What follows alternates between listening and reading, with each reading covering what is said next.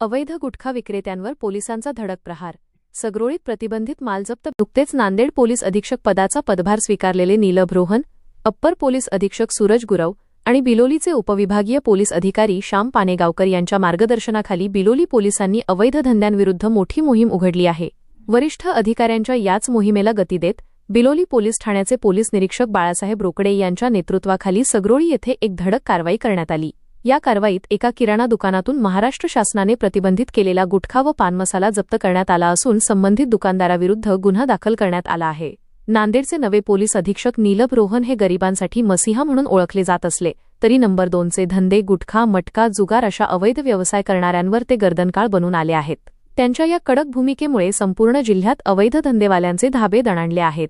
Police निरीक्षक बाळासाहेब रोकडे यांना गुप्त बातमीदारामार्फत खात्रीशीर माहिती मिळाली की सगरोळी येथील लालू पोशिटी पोलसवाड हा आपल्या किराणा दुकानात अवैधरित्या प्रतिबंधित गुटख्याची विक्री करत आहे. माहितीची तात्काळ दखल घेत त्यांनी विशेष पथकाला कारवाईचे आदेश दिले. त्यानुसार सपोनी विजय दौलतराव जाधव, पोलीस कॉन्स्टेबल वच्चेवार व महिला पोलीस अंमलदार सोळंके यांनी 2 पंचांच्या उपस्थितीत संबंधित दुकानावर अचानक छापा टाकला. झडती दरम्यान विविध कंपन्यांचा महाराष्ट्र शासनाने प्रतिबंधित केलेला गुटखा, पान मसाला व सुगंधित तंबाखूचा मोठा साठा आढळून आला. पोलिसांनी पंचांसमक्ष जप्ती पंचनामा करून गुटख्याचे नमुने रासायनिक विश्लेषणासाठी सीलबंद केले तर उर्वरित सर्व प्रतिबंधित माल जप्त केला. या प्रकरणी आरोपी लालू पोशिटी पोलसवाड, सगरोळी ता.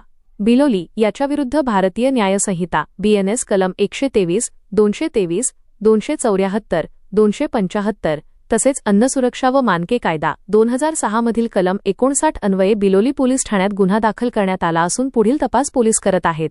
वरिष्ठ पोलीस अधिकाऱ्यांच्या मार्गदर्शनाखाली अवैध गुटखा विक्रेते आणि बेकायदेशीर धंदे करणाऱ्यांविरुद्ध सुरू असलेली ही सातत्यपूर्ण कारवाई यापुढेही अशीच तीव्र गतीने सुरू राहणार आहे. कायदा हातात घेणाऱ्यांची गय केली जाणार नाही असा इशारा पोलिसांनी दिला आहे.